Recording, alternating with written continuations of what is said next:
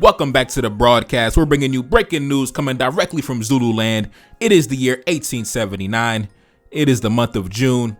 Good evening.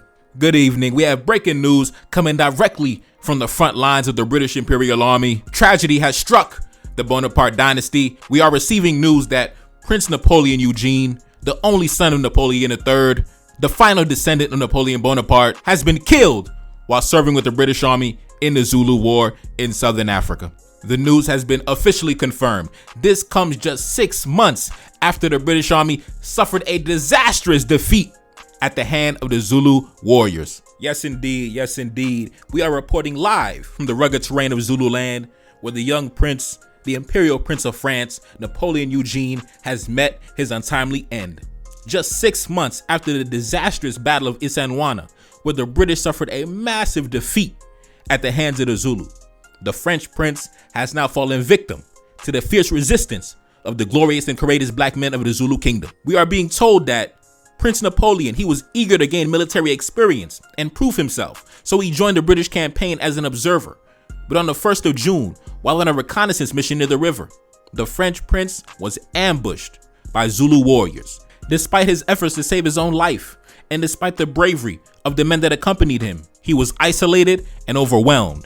He sustained fatal stab wounds, and his body was later recovered by the British Army.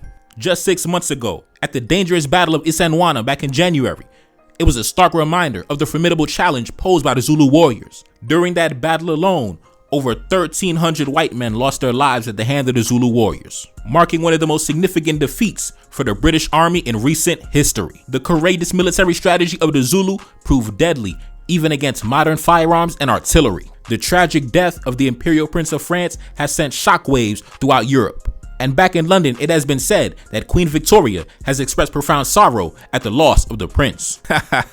We back.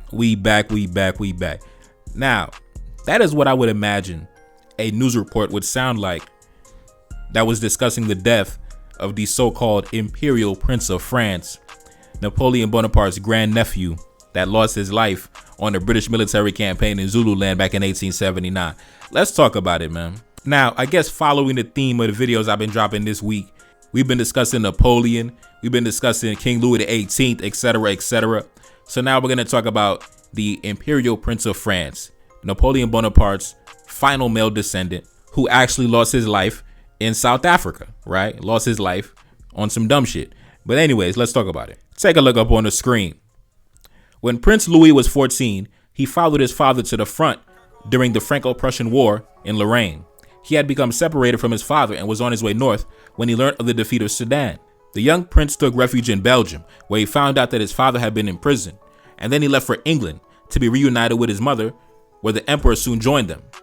Louis entered the Royal Military Academy of Woolwich on the 17th of November, 1872, to begin his military training. After Napoleon III's death on November 17th, following a recent gallstones operation, 17-year-old Louis became leader of the Bonapartist faction, who was hoping for the fall of the fragile Third Republic in France. With the outbreak of the Zulu War in 1879, the prince, with the rank of lieutenant, forced the hand of the British military to allow him to take part in the conflict. Listen, man. Listen, this dude had nothing to do with it, right? This was a conflict between the black men in Southern Africa and the white men from Great Britain. This white dude from France decided to pop out wherever he came from and just talking about, I want to shoot against the black men too. I want to wage war against the black men too. Man, listen, man. Listen, we don't got no sympathy. We don't got no love. We don't got no empathy for this clown right here. Let's continue. On his arrival in Durban, General Lord Chelmsford assigned Louis and Lieutenant Carey to assist Quartermaster General Colonel Richard Harrison to scout a route for the second British invasion of Zululand. They joined a 200-strong cavalry of Colonel Redvers Bullers on May 13th, and the next day, Louis found himself in enemy territory, wearing the sword of his great uncle, Napoleon Bonaparte. The prince was so excited that when he saw Zulus in the distance, he broke ranks and chased them. Yo, this dude was so eager to kill black men that as soon as he saw a glimpse of black men, he just immediately broke ranks and started chasing random black men in Zululand. You know, the ultimate clown, the ultimate buster. You know what I'm saying? Let's continue. He was anxious to test his sword against Zulu assegai spears, but he was restrained by an annoyed Colonel Bullers. Damn, bro. Even the British was like, bro, who is this clown ass dude that we brought along with us on this colonial adventure? This dude breaking ranks, this dude chasing random black men all through the forest and shit. What's wrong with this dude? Let's continue. When Buller complained to Chelmsford about the prince's irresponsible behavior, the commander-in-chief ordered the headstrong young man not to leave camp without a strong escort. While Louis was on patrol a few days later, he again chased a lone Zulu. Yo, what's wrong with this dude? You see, can we blame our brothers? Can we blame our Zulu brothers that stabbed this dude to death? This dude was a clown. Now, obviously today, the modern day black man in Southern Africa, he's very different from his forefathers and his ancestors. But, the ancient black man in Southern Africa, he was a real gangster. He was a real shooter. He was a real warrior. You know what I mean? He was a real one. He was a real one. He was not to be messed with. Now let's continue. On the evening of May 31st, the prince asked Colonel Harrison if he could join a reconnaissance party the next day. Harrison agreed, providing he had an escort of 6 Beddington's horse troopers and 6 riders of the Edendale contingent. Later, Lieutenant Carey poked his head into Harrison's tent and requested permission to accompany the patrol in order to verify sketches he had made on a previous scouting mission. Harrison again agreed, but did not indicate who was to be in command of the party. Louis was riding the fractious Percy, and like Carey, he was armed only with a revolver and a sword attached to his saddle, while the troopers carried Martini Henry carbines. When the 6 Edendale troopers sent cantering after them by the cavalry brigade major did not arrive, Carey should have insisted on finding another escort group, but he and Louis did not bother to do so. The prince's party rode towards the valley of the river until about 12:30 p.m. Louis gave the order to off-saddle. Then, seeing what he thought was a deserted kraal in the distance, he told Carey, "Let's go down to the huts by the river, and the men can get wood and water." Lieutenant Carey objected to the suggestion because the troopers would be unable to keep the surrounding countryside under observation, but as Louis made his wishes known in a very authoritative manner, Carey allowed himself to be overruled. Upon reaching the kraal, the Zulu guide had warned that it had been recently occupied. Now time out. The Zulu guide, aka a treasonous, treacherous, traitorous black man that is in cahoots with the Europeans working against his people. Listen, we always got to deal with these type of characters in the midst, in the distance. Of course, we got the legendary, courageous, honorable black men that's going to ride to the death and kill the enemy, as we're going to observe later in the video. But then you got the treasonous, treacherous black man that's going to collaborate with the enemy against his own people.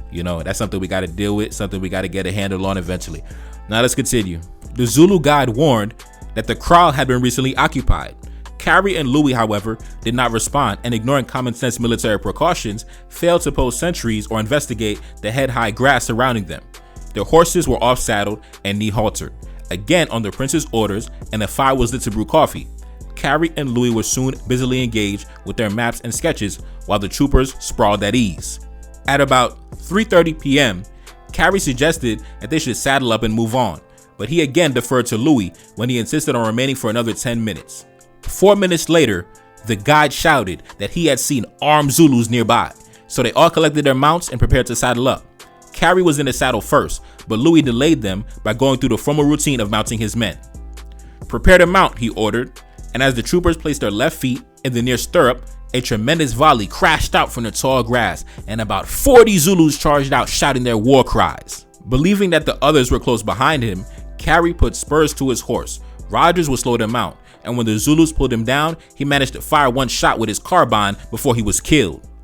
A bullet whistled past Grubb's ear as he was galloped away and smacked into Trooper Abel's back, causing him to fall off his horse. Abel and the Zulu guide were then rapidly surrounded and stabbed to death. The prince also failed to mount. His horse, Percy, panicked, and when the shots were fired and dashed off with Louis clinging onto the saddle holster.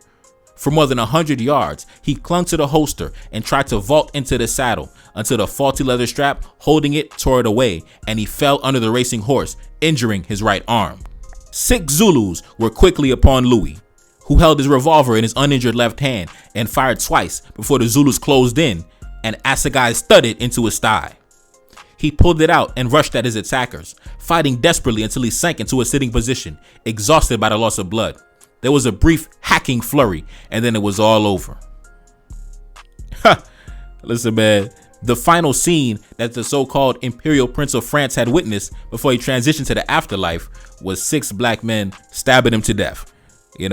I'm sure he was terrified. I'm sure it was a painful death, a gruesome, brutal death. But at the end of the day, he decided to involve himself in something that had nothing to do with him. That interaction, that engagement, that conflict had nothing to do with him. He was from France. What the hell was he doing with the British Army in Zululand, chasing black men around with a sword? Bro, what the fuck is wrong with you? Let's continue. The prince had fired 3 shots from his revolver at his assailants, but he missed each shot. The prince then fired 2 more shots, slower in order to better aim. However, these 2 had missed. One of the prince's assailants, a Zulu named Langali Balele, threw his spear at the prince but missed. Another spear, thrown by a Zulu named Zambanga, struck the prince's left shoulder. The prince tried to fight on, wielding the spear thrown by Langali Balele in his right hand and his revolver in his left. However, weakened by his wounds, the prince sank to the ground and was overwhelmed. Zambanga stabbed the prince again with the assegai spear, followed by Gwabakana, and then the prince suffered a fatal blow from Klabawatunga, who stabbed the prince in his right eye, penetrating his brain and killing him. Listen, hey, shout out to what was his name? Klabawatunga. That's my dog right there. That's the homie right there. Shout out to Klabawatunga. You feel me? Real gangster, real shooter. You know, killed the Imperial Prince of France. Fuck him. Let's continue. When the prince's corpse was recovered the next day, it was found naked, and an examination by the surgeon counted 18 stab wounds. Damn, bro. Listen, chop that boy up, man. Chop that boy up, man. Listen, man.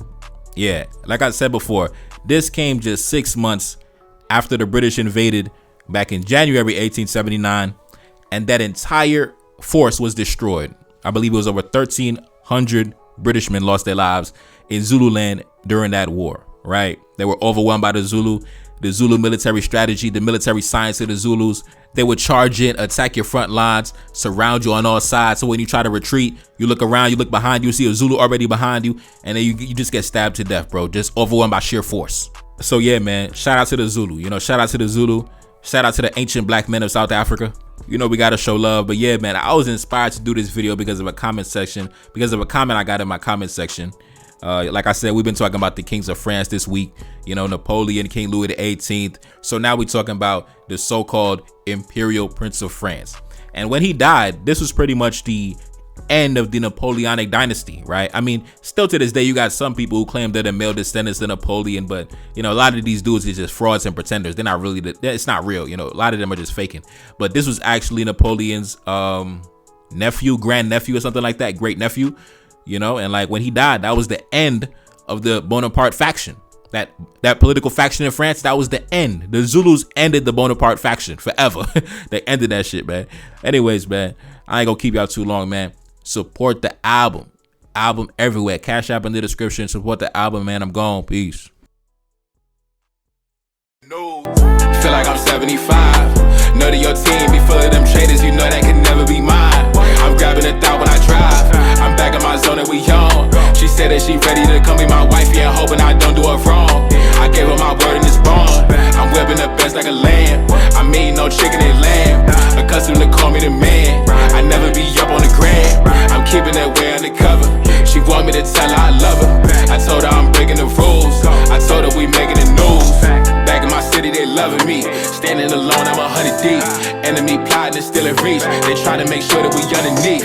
Trying to make sure that we never make it. Coming for power, come get acquainted. Coming for everything that I wanted. Feeling like Drake, but I really wrote it. Feeling like Kendrick, I'm checking names. Gotta roll up while I go insane.